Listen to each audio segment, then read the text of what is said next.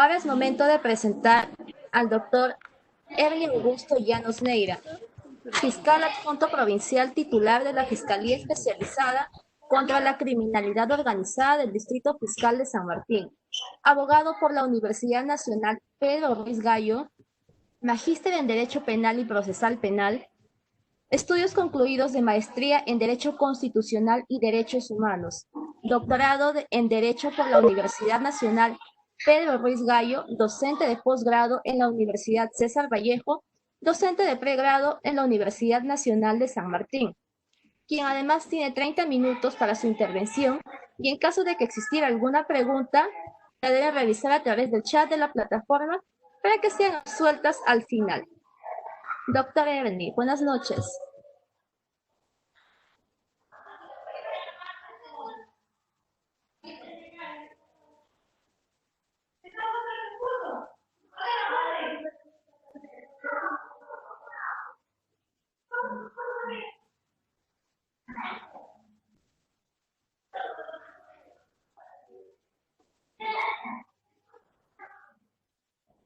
Aló, Doctor, buenas. Sí, doctor, buenas noches. buenas noches. ¿Confirman que me están escuchando? Muy buenas noches. Sí, doctor, la escuchamos. Bien, creo que todavía hay algunos audios por ahí que están encendidos. ¿Pueden verme también? Sí, doctor. Bien. Voy a compartir un contenido que es un PowerPoint, en el cual lo he realizado con la finalidad de poder visualizar de una mejor forma. ¿Pueden verlo? ¿Pueden visualizar la diapositiva? Sí, doctor. Qué bueno, qué bueno. Eso es lo que estábamos tratando de verificar a través de esos medios virtuales o tecnológicos. Lo que yo pediría bastante es uno, sé que están todos ahí conectados, los leo acá, leo cada uno de sus nombres, que en mi caso la ponencia se titula Reglas generales de los principios, reglas generales y principios de las medidas de coerción, límites del proceso cautelar. He querido dar esta pequeña charla de 30 minutos, que es bastante escueto el tiempo, y voy a tratar de resumir lo máximo posible. Además que también tengo una opinión respecto al tema de la prescripción que estableció el doctor Gerson Motoya. Comparto su posición sustantiva respecto de que se debe hacer una interpretación pro hominem. Comparto ello, a pesar de que el tercer punto tiene una función persecutora del delito, pero no hay que olvidar que el proceso penal es otro de los justicia. Justicia en todos los aspectos, desde un aspecto sustantivo hasta un aspecto procesal. Creo que esa interpretación es una interpretación acorde con los derechos fundamentales de todos los ciudadanos. Partiendo de ello, bueno, vamos al otro lado, al otro sentido procesal de las medidas de coerción. ¿Qué son estas? ¿O qué implica una medida de coerción? Bien, primero, que las medidas de coerción son medios o instrumentos que sirven para garantizar los fines del proceso. Es así que, como por ejemplo las medidas de coerción, si hacemos un parangón o un equivalente, las medidas de coerción son como las medidas cautelares en el proceso civil, solo que en el proceso penal se denominan medidas de coerción. Existen toda medida de coerción, al igual que las medidas cautelares, existen en relación a que exista un proceso, es decir, son un instrumento del proceso, dependen del proceso. Si no hay proceso, no hay medida cautelar, no hay medida de coerción en el ámbito penal. Tiene que existir el proceso penal.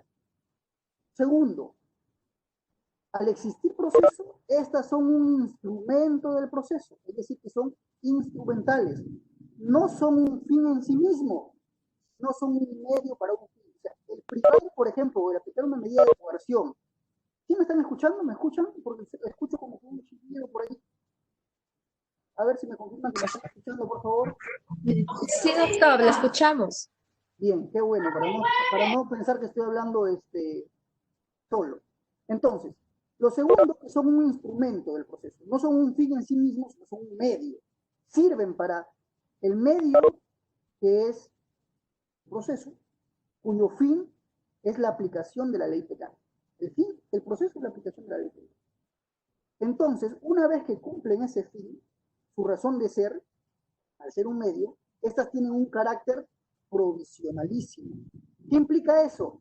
Que no son definitivas, que estas pueden cambiar, que estas se pueden modificar, porque si fueran como una pena, la pena se aplica y esta obviamente tiene una función distinta a una medida cautelar.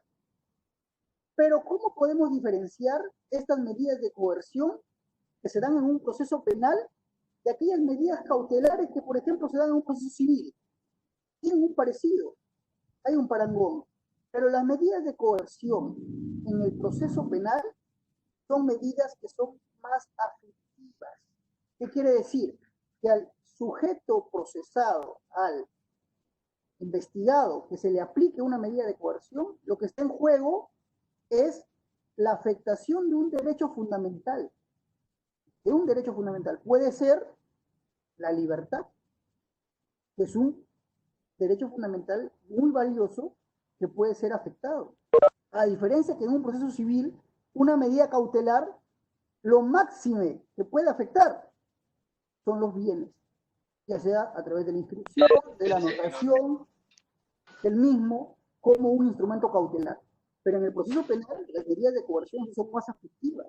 Es por eso que hay que verificar y tenemos que saber, desde el punto de vista de la defensa técnica, desde el punto de vista del Ministerio Público y desde el punto de vista del juzgador, obviamente, cuáles son esas reglas básicas y principios para poder aplicar adecuadamente, o cuanto menos tratar de hacerlo adecuadamente, estas medidas de coerción, cuáles son los límites al mismo. Es así que cuando hablamos de medidas de coerción siempre va a existir un conflicto. ¿Cuál es ese conflicto? Ese conflicto o constante conflicto entre la jurisdiccionalidad y la famosa presunción de inocencia. La jurisdiccionalidad, por un lado, porque hay un principio básico de las medidas de coerción, que estas medidas de coerción, sí y solo sí, y únicamente los únicos que pueden aplicar una medida de coerción en el proceso penal son los jueces.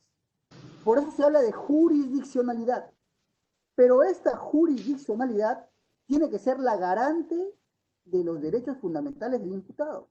Por eso hablamos que del otro lado de la balanza se encuentra el principio de la presunción de inocencia. Cuando se aplica una medida de coerción, no es que la presunción de inocencia desaparezca, no es que la persona ya sea culpable. Definitivamente eso no pasa. Pero sí, y esto voy a afirmarlo y quiero ser claro, sí la presunción de inocencia se debilita. Se debilita porque ya al estar el sujeto con una medida de coerción cuyos presupuestos han sido satisfechos, esta presunción de inocencia se debilita. Pero, doctor, ¿cómo que se debilita la presunción de inocencia? Si la presunción de inocencia es un derecho fundamental. Sí, pues, chicos. La presunción de inocencia es un derecho fundamental como todos. Y todos los derechos fundamentales tienen límites. No son absolutos. Ni la vida misma resulta ser absoluta. Entonces, ¿me escuchan? A ver, chicos, estoy mandando un audio. No estás hablando. Apaguen sus audios, chicos, por favor, que lo estoy escuchando de algunos de ustedes.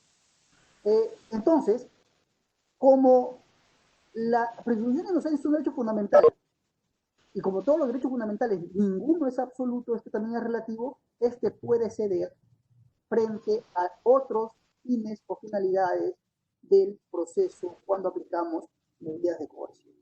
Y para conocer las medidas de coerción y conocer estos principios básicos, vamos a verificar cuáles son aquellas teorías, porque estas medidas de coerción tienen teorías que sustentan estas medidas de coerción. Y hay dos tipos de teorías: las teorías de carácter sustantivas y las teorías de carácter procesal. Y es importante saberlas. ¿Por qué? Porque muchas veces, sin saberlo, inconscientemente, muchos de nosotros ya estamos alineados de repente con alguna de estas teorías, ya sea sustantiva o procesal. Y lo vamos a explicar acá. ¿Cuáles son aquellas teorías sustantivas? Las teorías sustantivas son aquellas que el Estado utiliza como mecanismos de defensa social. ¿Qué quiere decir? Que son las medidas de coerción, vienen a ser aquellos medios que sirven a la política criminal o ayudan a la política criminal del Estado. Miren, ojo, la medida de coerción, según la teoría sustantiva de defensa social, serían aquellas medidas que ayudan a la política criminal a neutralizar al delincuente. Ayudan con la política criminal a neutralizar al delincuente y, por lo tanto, también ayudan a evitar la venganza de las víctimas. Porque obviamente al aplicar una medida de coerción, para esta teoría sustantiva de defensa social, estamos defendiendo a la sociedad para que no, aprendiendo al delincuente, encerrándolo, por ejemplo, y también estamos evitando que se haga venganza por propia mano. Es decir, que la víctima actúe en contra de quien a un bien jurídico protegido lo ha lastimado. Entonces, para esta teoría, la teoría de defensa social o teoría sustantiva, él funciona como un medio de política criminal para neutralizar al delincuente y para evitar la venganza de la víctima. Entonces ahí, la crítica que tiene esta teoría sustantiva es que existe un sustantivismo autoritario. ¿Qué quiere decir? Que este sustantivismo autoritario utiliza la medida de coerción y la confunde con los fines de la pena. Ustedes, en Derecho Penal Parte General, han llevado los fines de la pena, la prevención general, la prevención especial, y esta teoría sustantiva nos dice que si es que el fin de la medida de coerción es neutralizar al delincuente y evitar la venganza de la víctima, entonces cumple el mismo fin de la pena, es decir, hay un adelantamiento de pena. Ya la medida de coerción como tal no sería un medio para el fin último que es aplicar la ley, sino sería un fin en sí mismo, porque ya estaría con el hecho de meter a una persona, por ejemplo, una medida de coerción de prisión preventiva que es de carácter gravosa, estaríamos ya prácticamente diciendo que esa persona es culpable. Entonces, este sustantivismo autoritario es una de las teorías que se manejan. Pero en contrapartida a este sustantivismo autoritario, tenemos el sustantivismo liberal abolicionista. ¿Qué nos dice esta teoría de la medida de coerción? Que en circunstancias como estas, como las que vivimos actualmente, no podemos hablar y no se puede en la realidad, nos dice la teoría, hay que ser prácticos y sinceros, nos dice la teoría liberal abolicionista. Es mentira, pues, que a nivel práctico podamos diferenciar al que está con una medida de coerción con el sentenciado. Es decir, en la realidad no se puede diferenciar a la persona que está con prisión preventiva que a la persona que está condenada. ¿Por qué no se puede diferenciar? Porque en la práctica, en los establecimientos penitenciarios, por ejemplo, no es que el preso preventivo reciba mejor trato que un condenado. Incluso las condiciones carcelarias son las mismas. No, en el Perú, cuanto menos, no se diferencian. A ver, en el pabellón A van a estar los presos preventivos, en el pabellón B los condenados, ¿no? Todos están en las mismas condiciones. Entonces, si todos están en las mismas condiciones, una medida de este tipo, una medida de coerción, por ejemplo, como prisión preventiva, estaría siendo innecesaria porque atentaría contra el principio de presunción de inocencia y por lo tanto serviría como un fin en sí misma y sería una pena adelantada. Estaríamos hablando de un adelantamiento de pena, por lo que no debería existir la medida de coerción, porque esto es lo mismo que las penas, porque la están metiendo a la persona a un establecimiento penitenciario y va a cumplir una pena. Entonces, esta teoría abolicionista nos dice que las medidas de coerción no deberían existir, sino que solamente deberían dar una condena o una pena a aquellas personas que han sido sentenciados. Y las medidas de coerción no tienen efecto práctico. Parecería que en nuestra realidad, esta teoría abolicionista liberal, parecería que tuviera cierta connotación, pero en un Estado constitucional de derecho no podríamos admitirla de modo alguno, ¿no? Recuerdo hace unos años, cuando el ministro de Justicia, en esa época, en el caso Coico, recuerden cuando había un container donde estaban laborando unas personas, y producto de haberlas dejado con llave a estas personas, estas personas llegaron a fallecer, terminó en un tema bastante mediático, y el ministro de Justicia salió y dijo, ¿cómo es posible que en un caso tan grave, con pérdida de vidas humanas, estas personas no cumplan con un tema carcelario? O sea, prácticamente ya estaba, desde ese punto de vista, el ministro de Justicia ya estaba adelantando opinión que estas personas eran culpables, los procesados eran culpables.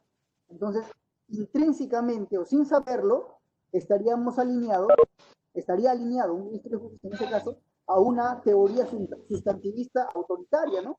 Que toda persona que está siendo procesada por un caso grave debe estar en prisión porque es culpable. Entonces estaríamos hablando que en el Perú todo preso preventivo tiene que ser condenado. Y eso es así. Eso es así. Todos los presos preventivos son condenados en el Perú. Es un ideal. Yo digo, el deber ser del Ministerio Público y la efectividad y la eficacia del ente persecutor del delito, en teoría y en deber ser, debería ser eso. Si el Ministerio Público considera que va a someter a una persona a una medida de coerción, lo que corresponde es que termine siendo condenado. Eso es lo ideal, pero no siempre es así. Por eso es que es una medida provisionalísima, es una medida temporal, es un instrumento, no es un fin en sí mismo. Y lo que sí tenemos en nuestros tiempos son las famosas teorías procesales.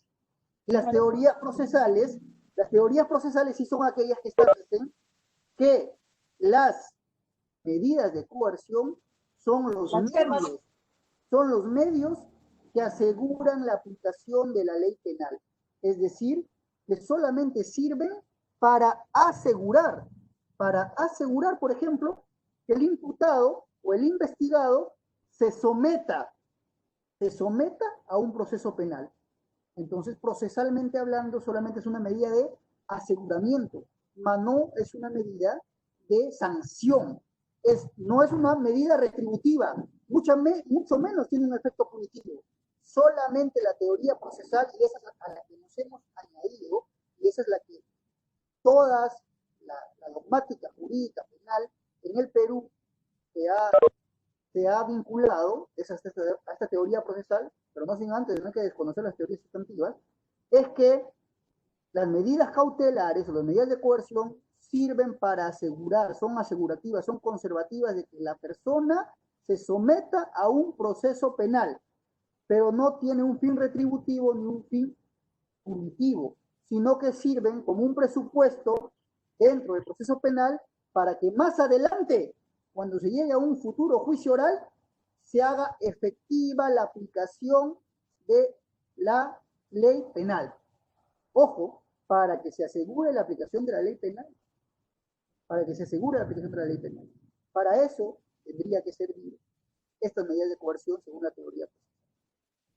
Ahora, ¿cuál es el fundamento? O sea, ¿por qué vamos a aplicar medidas de coerción? ¿Qué es lo que legitima al Estado a aplicar una medida de coerción? O sea, restringir derechos fundamentales o privarnos de derechos fundamentales. ¿Qué es lo que legitima? ¿Qué es lo que tiene que haber? Y es que hay una gran diferencia entre restringir y privar de un derecho fundamental. Una restricción de un derecho fundamental tiene que ver con impedir algo, como por ejemplo un impedimento de salida del país. Es una restricción. Puedes libremente trasladarte, tienes un libre tránsito, pero obviamente tienes cierta restricción.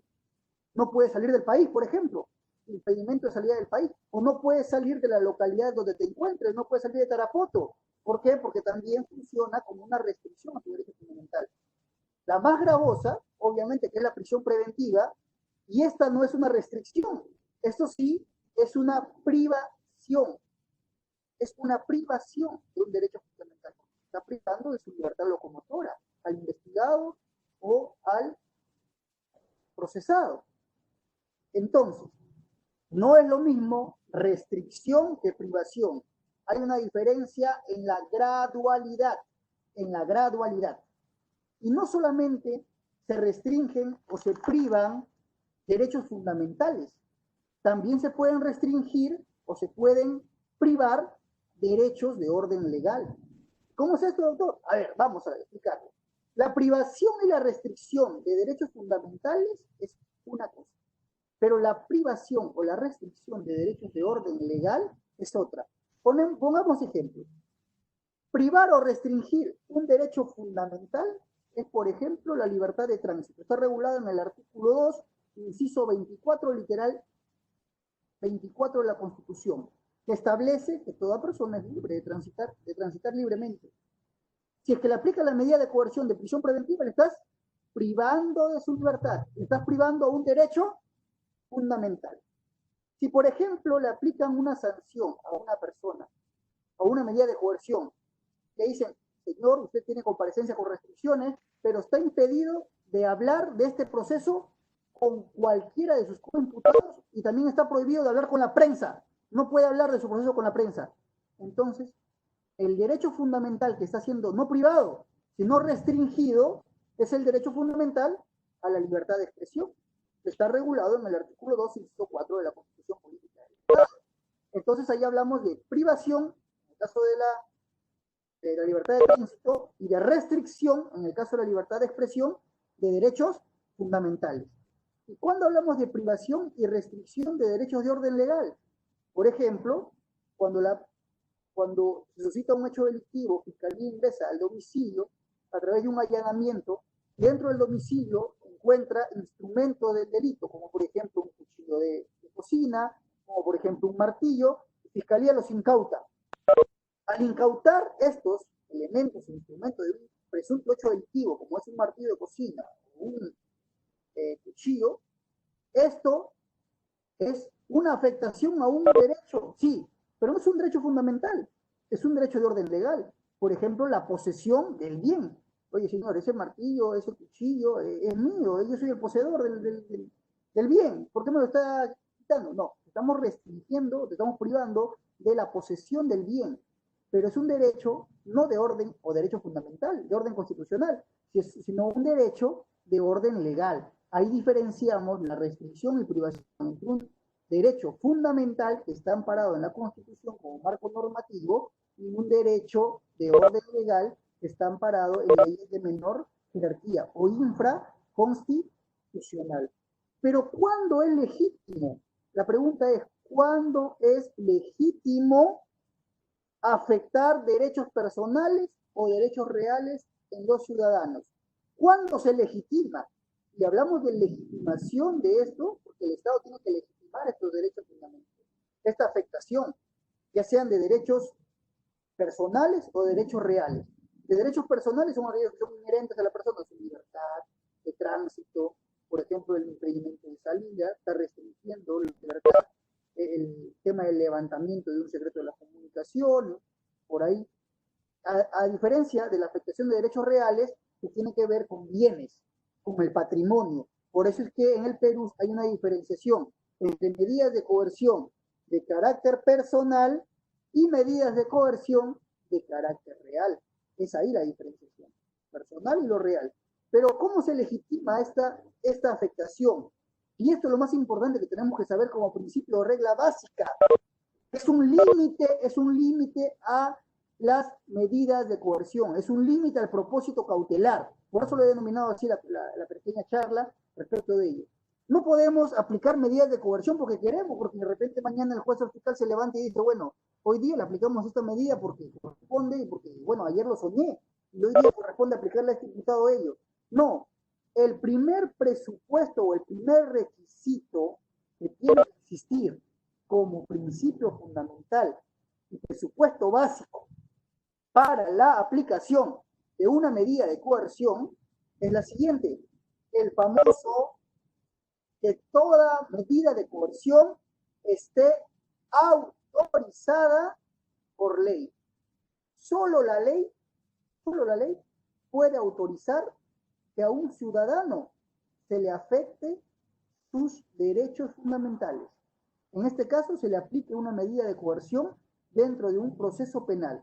Si no está autorizado por ley, no se puede aplicar una medida de coerción. ¿Con qué principio tiene que ver esto? Con el famoso principio de legalidad. Y ya yo, a muchos de ustedes que han sido mis alumnos en ciclos anteriores, que bueno, ahora voy a tener la dicha de poder enseñar a nuevos docentes en este séptimo y octavo ciclo que vamos a llevar Derecho Procesal Penal 1 y Derecho Procesal Penal 2. Estoy ávido de poder transmitir algunas experiencias de vida y algunos temas teóricos para todos ustedes. Y me apasiona mucho lo que hago, por eso estamos acá hoy en día. Es que este principio de legalidad tiene 4 vertientes, ¿no? Yo lo explicaba el doctor Otoya, me parece, en su conferencia también. La ley previa, ley estricta, ¿no? Las 4 vertientes del principio de legalidad que tienen que cumplirse. Por ejemplo, el nullum penum sine lege. No hay delito sin ley. En la medida de coerción se hablaría que no hay medida de coerción sin ley. Si es que no está establecida en la ley, no se puede aplicar ninguna medida de coerción. Antes, por ejemplo, el impedimento de salida del país, chicos, el impedimento de salida del país antes no estaba regulado. En el Código Procesal Penal de 1940, el Código de Procedimientos Penales, como se denominaba en esa época, no estaba regulada esa medida de coerción. El famoso impedimento de salida del país no estaba regulado. Entonces, si no está regulado en la ley, es imposible aplicación. No se puede aplicar porque es un principio y un presupuesto básico que está en la ley. Es decir, para el año 40, 45, 40, hasta adelante, hasta el Código de Procedimientos Penales, después del Código de Procedimientos Penales, hasta la aparición del Código Procesal Penal en el año 2004, la primera velocidad donde se aplicó fue en Guaure, en 2006, no se aplicaba impedimento de salida del país a los ciudadanos porque no estaba estipulado por ley. Hasta el 2001, porque en el 2001 salió una ley especial, pero no estaba regulado en el Código Procesal Penal, salió una ley especial a partir del tema de los Vladimeos, porque partió ahí diciendo, ¿no? ¿Qué pasó acá? ¿Qué tal escándalo? Y Vladimiro se va a ir. Sí, pero no hay nada, y los congresistas también se nos van del país y nadie lo va a procesar. Y en efecto, muchas veces ha pasado eso. Entonces ahí salió la ley del impedimento de salida del país por primera vez, en el año 2001. Entonces, antes de ello, ningún ciudadano en el Perú podría haber sido pausible de una medida de coerción de ese tipo, de carácter personal, que afecte su derecho fundamental del libre tránsito bajo una restricción, como el impedimento de salida. Entonces, un primer presupuesto para la aplicación, es un presupuesto básico de reglas limitadoras al propósito cautelar, es el principio de legalidad. Tiene que estar en la ley. Segundo presupuesto, chicos, vamos. El segundo presupuesto es que tiene que existir, toda medida de coerción tiene que tener, segundo tema que tiene que ver, segundo punto, ¿sí? ¿Escucho? ¿Quieren decir algo? Bien. Segundo punto, que toda medida de coerción tiene presupuestos. Como por ejemplo, ninguna medida de coerción puede aplicarla ningún abogado, ningún fiscal. El único que puede aplicar una medida de coerción es el juez. Es jurisdiccional, principio clave. Doctor, ¿Sí? ¿Le escuchamos? Disculpe, le quedan 3 minutos de su tiempo. Correcto. Terminamos en un momentito nada más, no se preocupe. Muy bien, doctor. La medida de coerción, y será que es muy escueto el tiempo, yo hablo mucho, 2 cosas. Pero bueno, estamos en que la medida de coerción, por ejemplo, como presupuesto, es que tiene jurisdiccional, tiene que aplicarla solamente el juez. Si no hay juez, no se puede aplicar medida de coerción. Si el fiscal quiere aplicarla por sí solito, no puede. Pues. Las medidas de coerción las aplica, son jurisdiccionales, tiene que aplicarlo el juez. Hay medidas de coerción excepcionales que son en caso de flagrancia, que se pueden dar, que son aprehensiones, que tienen que ser convalidadas, definitivamente pueden darse. Pero por regla general, un presupuesto es la jurisdiccionalidad. Solamente el juez puede aplicarlo. ¿Bajo qué? Bajo otro presupuesto, bajo una resolución debidamente motivada. ¿Dónde está el deber de motivación? En la Constitución. Tiene que ser una resolución debidamente motivada. Y, por ejemplo, otro presupuesto que muchas veces se aplica en las medidas de coerción es la gravedad de la pena. No todo delito puede ser pausible de medidas de coerción. Máximas son de carácter aflictiva. Por ejemplo, y esto es importante conocer, que lo que legitima y la única forma de legitimar una medida de coerción bajo los principios y reglas básicas de esto es que la única forma o la única manera legítima de aplicar una medida de coerción es que si lo que vamos a afectar, ya lo decía Ronald Dorfman, si lo que vamos a afectar es un derecho fundamental, ¿qué vas a afectar? Por ejemplo, vas a afectar la libertad de un ciudadano. vas a afectar su libertad de tránsito, le vas a privar de su libertad y lo vas a tener recluido en un establecimiento penitenciario. Perfecto, eso es lo que voy a afectar. La única forma de que yo pueda legitimar mi actuación para poder privarlo de la libertad a ese ciudadano, a ese individuo, a ese procesado, a ese investigado, es que del otro lado de la balanza tengamos a otro bien jurídico protegido de igual o mayor importancia, de igual o de mayor interés. ¿Qué quiere decir esto? Si, por ejemplo, tenemos acá en este lado que vamos a coartar la libertad versus al otro lado que se han sustraído 1.500 soles, es decir, un hurto, ¿será legítimo que por un hurto de 1.500 soles se prive de la libertad a una persona? ¿Es legítimo? No debería. No debería, ojo, desde mi perspectiva, no debería. No debería hacerlo. Salvo que hablamos de casos de reincidencia o de habitualidad, o ya si hablamos de violencia o amenazas, eso no es hurto, señores, eso es robo, cambia la figura. Pero la única forma de legitimar es que del otro lado de la balanza tengamos a bienes jurídicos o derechos fundamentales de igual entidad o de mayor relevancia o importancia. Caso contrario, no. ¿Cuáles son los ejemplos? Por ejemplo, si por acá lo que voy a hacer es afectarte la libertad, sí pues, pero del otro lado que tengo, tú perteneces a una organización criminal, o la imputación que se te hace pertenece a una organización criminal. ¿Y cuál es el bien jurídico que se está afectando? La tranquilidad pública. Y la tranquilidad pública es igual o de mayor relevancia que la libertad personal. Por supuesto, puede ser de igual o de mayor relevancia. No, te voy a privar de tu libertad, pero ¿cuál es el bien jurídico que está afectado? La vida. Has quitado la vida a una persona o se presume que tú lo has realizado. La vida es un bien jurídico de igual o mayor o menor relevancia que la libertad personal. Ahora, la vida es un bien jurídico de mayor relevancia que la libertad personal. Por lo tanto, ahí sí es legítimo, ahí sí legitimamos la aplicación de una medida de coerción. Entonces, cuando hacemos la legitimación de estas, tenemos que poner en una balanza. Si por un lado lo que vamos a hacer es la afectación de un derecho fundamental, tenemos que verificar qué derecho fundamental voy a afectar. Voy a afectar X derecho fundamental, la libertad personal. Así, ¿y qué está del otro lado? Para que tú le afectes la libertad personal de ese ciudadano, ¿qué es lo que él ha afectado? Y tiene que ser de igual o mayor relevancia o interés. Con esto, quiero decirles que el fundamento legitimador de las medidas es que son necesarias también para enfrentar los famosos peligros. Esto es lo que legitima las medidas de coerción, que se evite los peligros del proceso y hacer eficaz la ley penal. Los peligros en sus dos vertientes, peligro de fuga y peligro de obstaculización. Porque para eso sirve la medida de coerción, para que no exista peligro de que el proceso penal se vuelva un proceso penal ineficaz, sino que por el contrario sea eficaz la ley penal. No puede ser equivalente a una medida de coerción a las penas, definitivamente, no lo puede ser. Es por eso que el fundamento legitimador es que se tiene que enfrentar los peligros con una medida de coerción bajo un sistema de ponderación de bienes jurídicos. El tiempo nos ha ganado, es muy corto, pero de seguro, chicos, que cuando ya estemos en clases por esta plataforma, Cisco Webex, o la plataforma que establezca las aulas virtuales, o la plataforma que la Universidad Nacional de San Martín, de los cuales ustedes son los alumnos que son dichosos de pertenecer a esta misma casa de estudios, y uno como docente de igual forma que también es egresado de una universidad nacional a la cual yo tengo mucho cariño y mucho amor, y es por eso que lo hago con todo el cariño y amor estas pequeñas charlas.